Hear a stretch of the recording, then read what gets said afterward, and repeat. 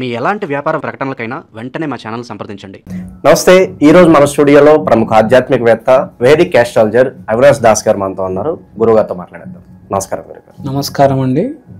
ఓం నమః శివాయ, ఓం నమో వెంకటేశాయ. సెప్టెంబర్లో విశేషంగా కన్యా రాశి వారి పరిస్థితి ఏ విధంగా ఉండబోతుంది? గ్రహణం తాలూకు ఇంపాక్ట్ ఎంతవరకు ఉంటుంది? ఓవరాల్గా ఎలాంటి జాగ్రత్తలు పరిహారాలు తీసుకుంటే బాగుంటుంది అంటారు? కన్యా రాశి ఎలాంటి జాగ్రత్తలు తీసుకుంటే బాగుంటుంది అని అడుగుతున్నారు. ఓకే, ఎలా ఉంటుంది అని అడుగుతున్నారు. ఓకే, గ్రహస్థితి చూద్దాం. లగ్నంలో సూర్యచంద్రులు అంటే అమావాస్య ఇంపాక్ట్ డైరెక్ట్ లగ్నం మీద ఉంది. లగ్నం అంటే జీవితం, అంటే మంచి స్టార్ట్ దొరుకుతుంది, లేకపోతే మంచి ఎండ్ దొరుకుతుంది. పెద్ద మోతాదులో అవకాశం రాబోతుంది, లేకపోతే పెద్ద మోతాదులో డిస్ట్రక్షన్ జరగబోతుంది. జనరల్గా మనం చూసుకుంటే 12 నెలల్లో ఎక్కువ డ్యామేజ్ జరిగేది కార్తీక మాసంలో జరుగుతుంది జనాలకి. శివుడు అంటే కార్తీక మాసం, శివుడు అంటే డిస్ట్రక్షన్, విపరీతంగా డ్యామేజ్ జరుగుతుంది. ఒక కులం ఉంది, పేరు చెప్పని వాళ్ళైతే పోసుకుంటారు, భయపడతారు. కార్తీక మాసం అంటే అసలు ఏమి చేయరు, పూజలు శుభకార్యాలు ఏమి చేయరు. ప్రతి కార్తీక మాసం వాళ్ళకి లాస్ వ్యాపారంలో.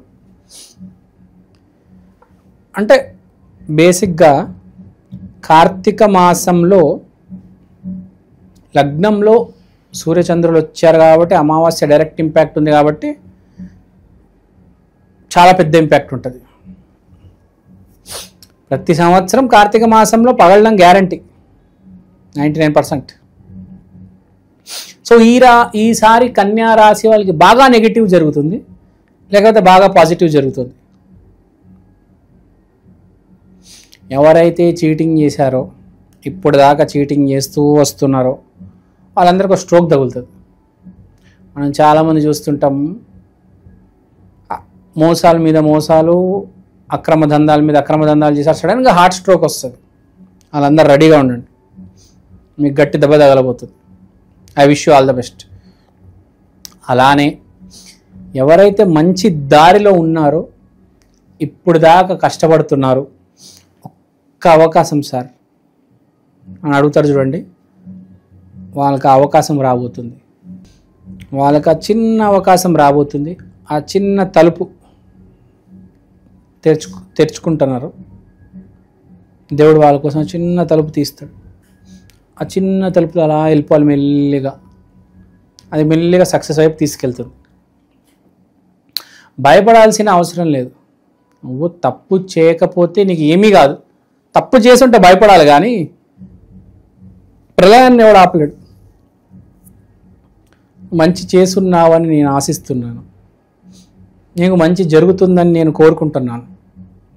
సో అలాంటి వాళ్ళందరికీ ఇప్పుడు దాకా కష్ట సమయంలో ఉండి, అరే ఎంతకాలం రా, నేను నా వల్ల అవ్వడం లేదురా, రే ఇంక అన్నీ వదిలేస్తాను రా బాబు, నా వల్ల ఏం కాదురా బాబు, ఈ డబ్బుని వెళ్ళిపోతాను రా నాయన కాశీకి సన్యాసం తీసుకోవడం.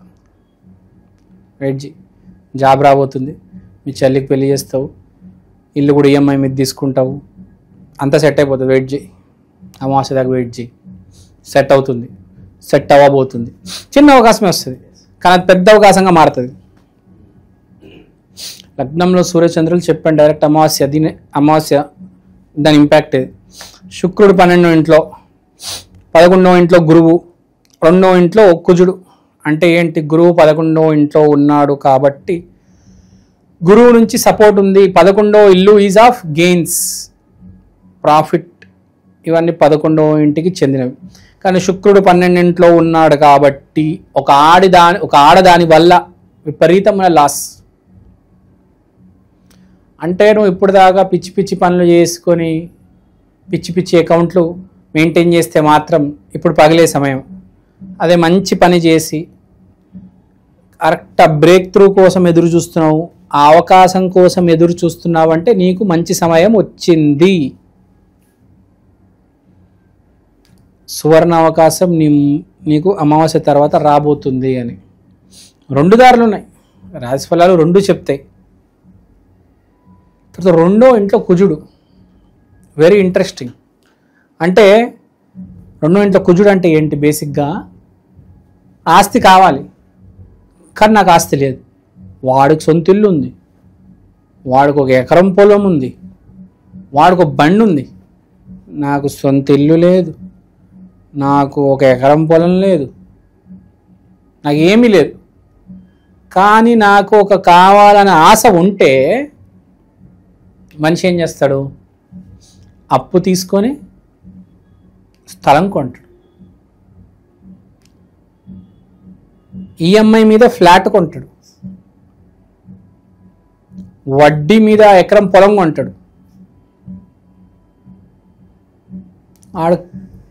ఆడికి బాడీ ఉంది, నాకు బాడీ లేదు, నాకు పొట్టు ఉంది.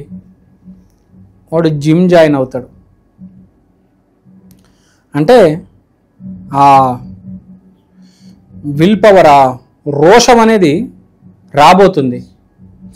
ఎట్లయినా నేను కొంటాను. ఇప్పుడు కొనలేకపోవచ్చు, కానీ అన్నీ కనుక్కుంటాడు. హైదరాబాద్లో అవుట్స్కట్లో స్థలం ఉంది, రాని డబ్బు రాని, ఈఎంఐలోనే నేను కడతా, నా అవకాశం రాని నేను మొదలెడతా. స్థలానికి ఈఎంఐ కడతా, ఇంటికి ఈఎంఐ కడతా, ఫోన్కు ఈఎంఐ కడతా, బైక్కు ఈఎంఐ కడతా. బైక్ అయినా పడితే నా పాత బండి నడుపుతా, కానీ ఒక స్థలము ఈఎంఐ కొంటా. నేను కాకపోయినా కొడుకు బాగుపడాలి అని ఫిక్స్ అయిపోతారు. సో వీళ్ళకి ఆ సంకల్ప శక్తి, ప్రతి మనిషి ఒక్క సంకల్పం తీసుకుంటాడండి. ప్రతి మనిషి ఇప్పుడు చిరంజీవి నేను సినిమా స్టార్ అవుతానని సంకల్పం తీసుకున్నాడు.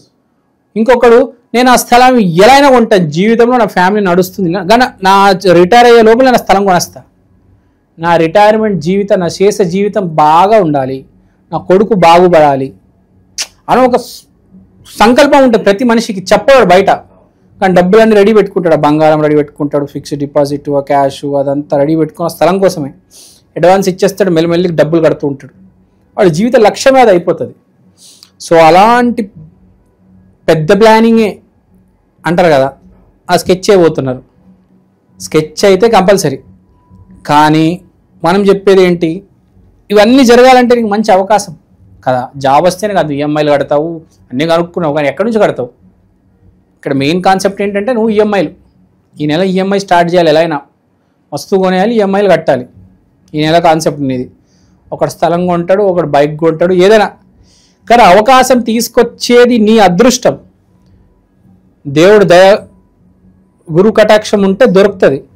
లేదు నువ్వు అమ్మాయిల్ని మోసం చేస్తూ ఇటు అటు తిప్పేస్తూ వాళ్ళని వాడేస్తున్నావు అనుకో, ఈసారి దొరికిపోతావు, అమావాస్యకు దొరికిపోతావు, నీ మీద కేసు అవుతుంది, ఎఫ్ఐఆర్ రాస్తారు పోలీస్ స్టేషన్లో. డైరెక్ట్ చెప్తున్నా, ఇప్పుడైనా టైం ఉంది, అన్నీ అమావాస్య లోపల అన్నీ కట్ చేసుకొని అన్ని లైన్లో పెట్టేసుకో, లేదంటే ఇంక అంతే నీ జీవితం.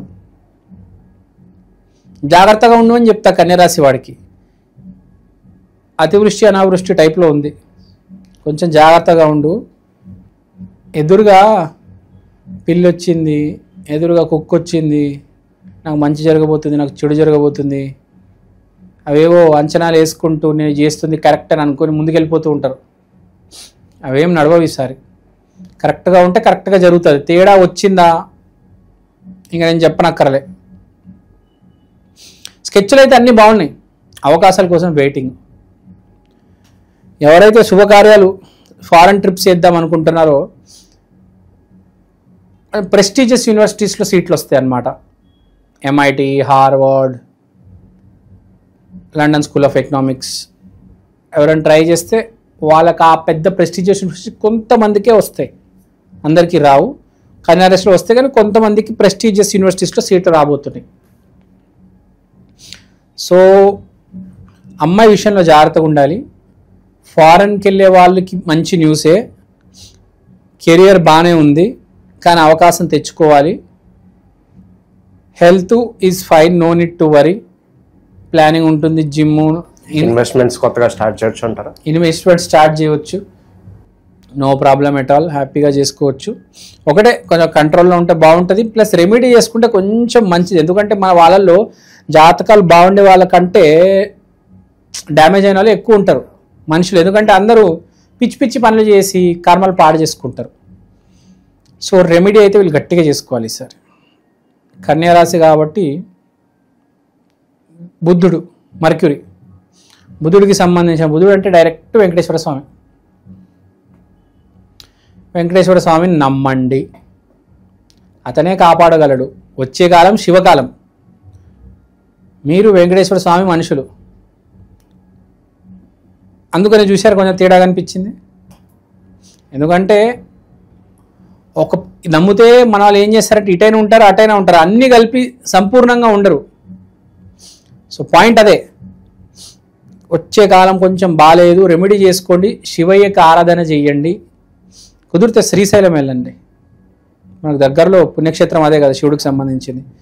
శ్రీశైలం వెళ్ళిరండి. ఎవరైనా కన్యరాశిలో ఉన్నారు, ఇబ్బంది పడుతున్నారంటే శ్రీశైలంకి వెళ్ళి కొబ్బరికాయ కంపల్సరీ కొట్టండి. ఉండండి అక్కడ ఒక 1 డే శ్రీశైలంలో ఉండండి, మళ్ళీ తిరిగి రండి. గొప్ప గొప్ప వాళ్ళు కూడా శ్రీశైలంకి వెళ్తారు. మనకు శివుడికి సంబంధించిన పుణ్యక్షేత్రాల్లో శ్రీశైలం వెరీ ప్రామినెంట్. జ్యోతిర్లింగాల్లో ఆ లిస్ట్లో శ్రీశైలం కూడా ఉంది. సో శ్రీశైలం వెళ్తే బెటర్. మీకు ఏదైనా డ్యామేజ్ జరగబోతుంది, డ్యామేజ్ అయింది అయ్యే లోపల మీరు వెళ్ళిపోతే బెటర్. అయిన తర్వాత చేతులు కాలిన తర్వాత ఆకులు పట్టుకుంటే ఏం ప్రయోజనం లేదు. టైం ఉంది. మీరు కనుక దిశలో ఉంటే వెళ్ళిపోండి. అంత బాగానే ఉందంటే నో నీడ్ టు వరీ, అంత సవ్యంగానే జరుగుతుంది. కానీ మీరు కనుక రాంగ్ రూట్లో ఉన్నారు, ఇప్పుడు తేడా కొట్టబోతుందంటే ఇమ్మీడియట్గా ఉరకండి శ్రీశైలానికి, అక్కడే ఉండండి. No need to worry. ఈ రెమెడీ చేసుకోండి చాలు, అంత బాగానే ఉంటుంది. జనరల్ రెమెడీ చెప్పాలంటే ప్రతి సోమవారం శివాలయానికి వెళ్ళండి. జలాభిషేకం, పాలాభిషేకం కామనే.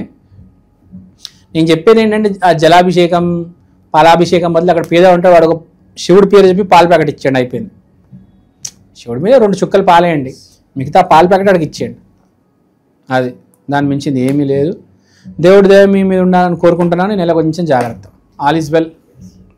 ఓవరాల్గా ఈ రాశి వాళ్ళందరికీ ఈ మాసం ఏ విధంగా ఉండబోతుందో మీ మాటల్లో చాలా బాగా వివరించారు. ధన్యవాదాలు. ధన్యవాదాలు.